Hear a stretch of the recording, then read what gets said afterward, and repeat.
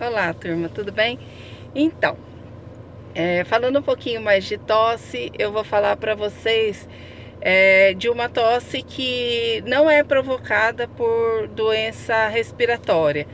É uma tosse que ela vem do refluxo. Então, existe um problema de saúde chamado esofagite de refluxo, que é a inflamação, né? É como se queimasse por dentro o esôfago, que é uma estrutura aqui do nosso corpo que liga a garganta ao estômago. Então, o esôfago, que é um cano que liga a garganta até o estômago, quando você engole a comida, desce pelo esôfago e vai parar no estômago. Do esôfago para o estômago tem uma transição ali que passa por um músculo chamado diafragma, que divide o tórax da barriga, né? Dessa parte de cima do peito para a barriga.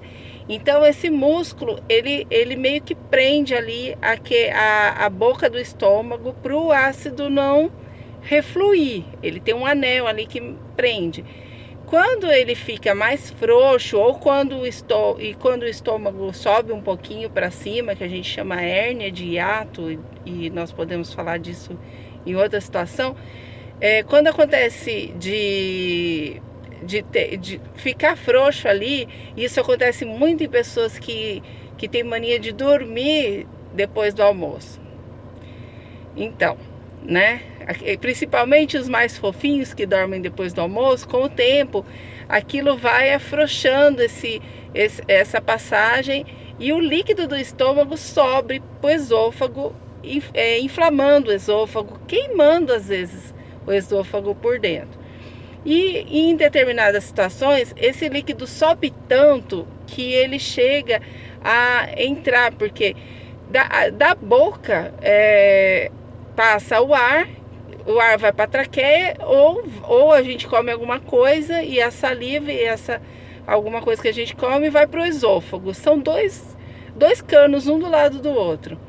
E eles, assim, tem um lado que no caso da traqueia, né, o líquido que reflui, que volta pelo esôfago, ele pode voltar tanto que ele vai para a traqueia, vai para os brônquios. E isso causa tosse, vai para a parte pulmonar, que a traqueia ela comunica com o pulmão. Então, de repente, ele reflui tanto que vai pelo buraco errado, volta para a traqueia, para o sistema respiratório. E aquilo o organismo da gente reage, e a reação do organismo para botar para fora aquele líquido que foi para o lugar errado, ainda mais um líquido ácido, é através da tosse. Então as pessoas tossem. E se for de noite, então, que estiver dormindo, aí que tosse mesmo, né? Porque você está dormindo, a tendência é refluir, é voltar mesmo. Então à noite às vezes é até pior isso.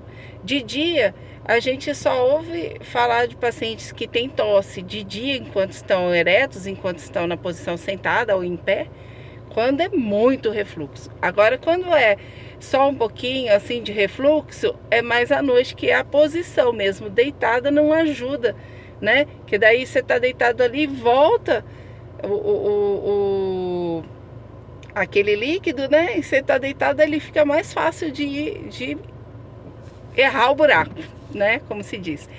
Então, isso é uma das causas de tosse. E às vezes a pessoa fica sendo examinada e investigada e fica se procurando. Porque tosse? O que é alergia? Não. É bronquite? Não. É sinusite? Não. É rinite? Não. Tosse por quê então? Aí investiga, pulmão, não dá nada.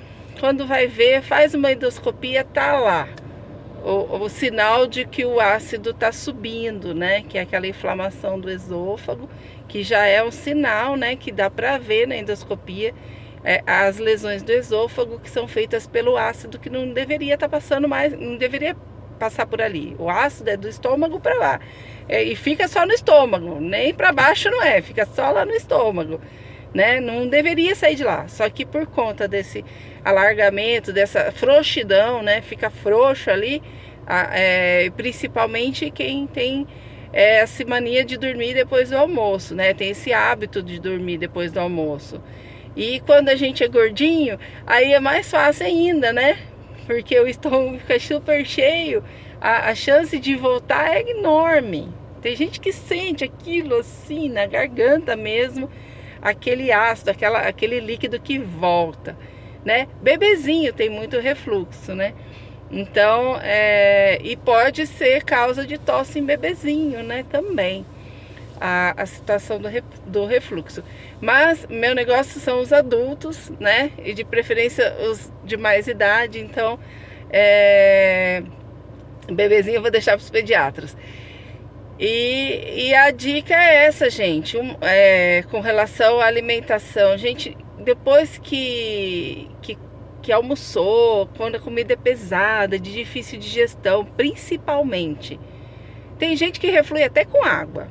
Então eu aconselho que todo mundo que tem refluxo não pode deitar depois que come, nem depois que bebe muito líquido. Por quê? Porque vai voltar e vai piorar a situação com o tempo. Então, é o pulo do gato isso. Depois que você almoça, janta, toma um café da manhã, tomou um suco, comeu uma banana sequer, você vai lá e enquanto não deu pelo menos uma meia hora, você não deita, né? Agora, quem nunca teve problema com isso, não é proibido, né, gente? Eu não tô proibindo ninguém e tal. Mas quem tem esse problema, se não tomar essa providência, não melhora.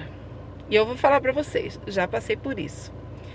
E eu sei que a dor, e dá uma dor às vezes, quando o esôfago, você tá naquela situação muito, assim, que tá muito inflamado, a dor que dá com o tempo, não é a primeira vez, né? E tem pacientes que não é só uma tossinha que dá, às vezes vem essa dor, a dor parece uma dor de infarto, gente, é muita dor. Então essa dor eu não recomendo para ninguém, não. Eu já tive essa dor, eu sei como é que é. E era esofagite de refluxo. E eu sofri muito na época, né? E porque eu era teimosa. Gente, eu já passei por isso, eu sou teimosa também. E eu ainda teimava, comia deitada, gente. Vê se pode. Não pode, gente. Não pode. Não pode comer deitado, não pode comer recostado, já não pode. Por exemplo, você tá lá sentado, mas você tá lá recostado, sabe aquela coisa que tá recostado assim, não tá nem deitado nem sentado, tá recostado. Não dá certo também, não dá certo. Vocês têm que, assim, evitar essa situação. Não deitar, nem recostar, de bruço também não. Ficar sentado bonitinho, ereto, né, numa cadeira ou no sofá, sentado, ou fazendo alguma coisa, né? O bom é fazendo alguma coisa. Por exemplo, você tem muito refluxo, vai lá lavar louça, ajuda a lavar louça depois do almoço, né? Você vai estar ajudando no seu refluxo e vai estar ajudando a turma da cozinha. E colaborando com todos os aspectos, né? Então é isso, gente. Então, uma das doenças que dão tosse é o refluxo. É uma doença... assim, você pode conseguir melhorar isso com o tempo, tomando essas atitudes. Os sintomas melhoram muito, às vezes, só fazendo isso, de não deitar depois que come. Evitar, outra coisa, evitar comer coisa pesada à noite, né, gente? Porque às vezes tem coisa que mesmo meia hora, 40 minutos ainda fica lá, né? Então, evitar isso de noite, né? Mas geralmente você observa as coisas. Uma carne, que é uma coisa mais pesada, uma carne bovina, né? Que é mais pesado do boi. Peixe é mais leve. Então deixa para comer uma carne de peixe à noite, não uma carne de boi, né? E coisas mais leves. Mas tem coisas que são super leves e elas têm muita fibra. E às vezes a coisa que tem muita fibra não digere bem. Então às vezes é até uma fruta mas para você não digere bem. Então, por exemplo, eu não posso comer maçã à noite. Se eu comer maçã à noite, No meio da noite eu acordo com a maçã, assim, com aquela sensação de que a maçã tá aqui ainda. Então, é sinal de que pode ser, inclusive, que ela esteja realmente voltando. Então, muitos alimentos que são fibrosos, eles são de difícil digestão, e aí que tem muita fibra, né? Tudo que tem muita fibra é de difícil digestão. E se você for comer de noite, você pode, para quem tem esofagite essa tendência, ou para quem tem realmente já o diagnosticado esofagite de refluxo, evitar e comer coisas bem mais leves à noite, mastigar bem. Gente, tem que mastigar bem, porque se engolir, tem gente que tem mania de comer muito rápido e engole a comida, literalmente. Aí que dá dor mesmo, porque quando voltar, vai voltar pedaço. Imagina? Porque, né? Passou pelo estômago, não digeriu, já voltou, então tá meio pedaçudo ainda. Terrível, né?